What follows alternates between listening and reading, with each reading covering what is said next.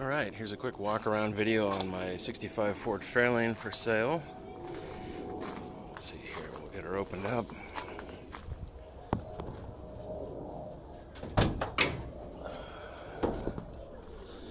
Got the engine compartment.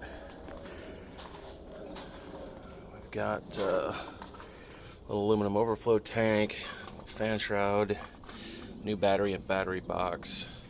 Gotta have the awooga horn there. New starter solenoid, new alternator, chrome brackets, new hoses. Let's see. Aluminum billet distributor with the HEI ignition. Little vacuum gauge hooked up, which I've rigged up on this little mount here because it's pretty handy for carb tuning. It's got a 600 CFM Holley Street Warrior in it. YN Stealth intake. Let's see there. Phenolic 1-inch carb riser. It does not have a kickdown installed currently. When I got it, it had the wrong kickdown installed and it just didn't shift correctly. So I've got that disconnected for now until I can rig up geometry on a new one. But I just downshift a second for passing gear if I need to, and I mostly don't because she's a cruiser. All LED lighting, got those little half moons in there, but those are removable if you don't love them. Pretty straight and clean for a 55-year-old car. Oh, yeah. What else? She is cold. Have not started her today, so we'll give her a quick start up.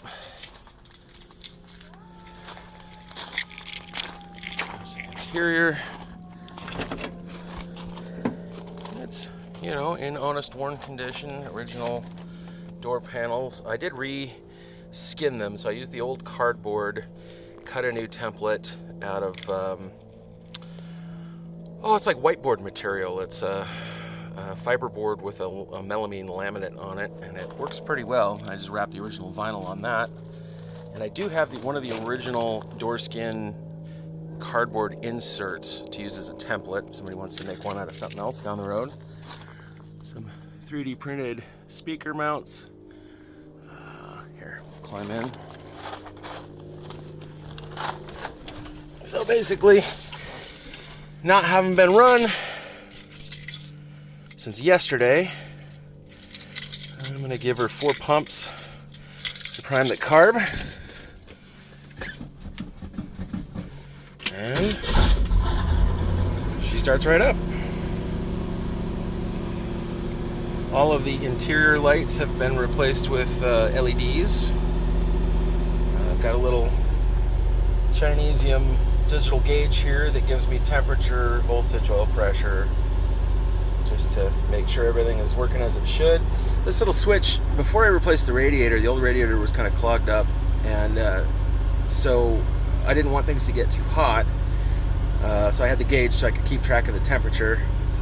And then I had this wired up to a little electric fan. It's not actually hooked up to anything now. I took that fan out once I replaced the radiator, and cooling was groovy. It was never super hot. It was just, it got a little warmer than I would want it to.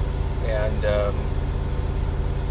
so once I got the radiator replaced, it's happy as a clam. Kick her down. She idles nice. I forget the make of the dual exhaust, but it's got good dual exhaust in it, and I'll give her a couple little revs here so you can hear.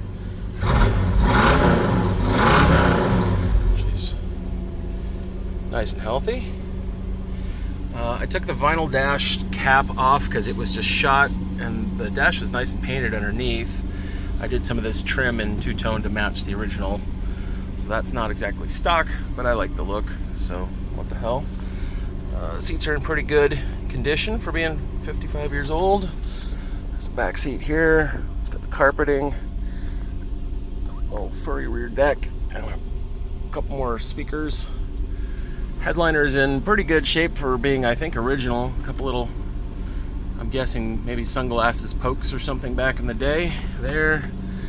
And there, that must have been one of those clip-on mirrors or something. But otherwise, it's pretty good looking. Yeah, a little tear back there. Otherwise clean.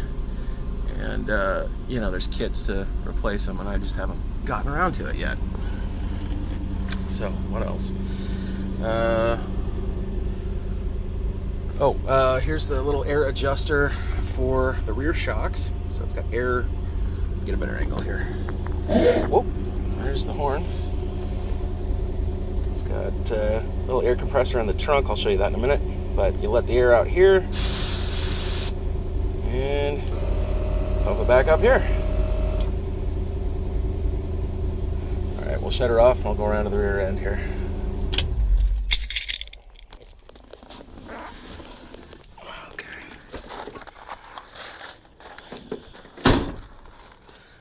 Good glass. You can see the tint there. I'm not crazy about that tint myself. It's a little dark, especially if you're backing up at night, but I know a lot of people like it, so what the heck. And the trunk. Trunk's got a little bit of surface rust, but nothing too bad. Let's see here. There's a little air compressor for the rear shocks. It's got the original bumper jack and all that good stuff. Spare tire. It's a little box that I rigged up with some metal mounts for your, road stuff. Keeps it from rattling around in a great big trunk, because it is a great big trunk. All of the lights, as I said, are LED. So the tail lights, turn signals, all that good stuff are LED. The trunk lid itself could probably use a light sanding and repainting, but I have definitely seen worse. Fuel filler door here.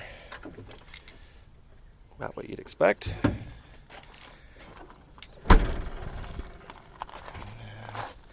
See, back here, I don't know what happened. I'm guessing at some point some goofball used the wrong paint or something to try to touch up some spots back here. So it's kind of got some orange peel on this rear quarter panel and this passenger side rear door.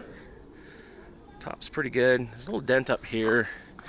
Been meaning to get that out, but I kind of wanted to do that when I was going to do the headliner as well. Just knock that back out with the body hammer and dolly. Otherwise, pretty straight. All of the chrome trim is where it's supposed to be. It's all in good shape. I put this little passenger side mirror on. They didn't come with one stock. As I said, all new seat belts. 3 in the front, 3 in the back.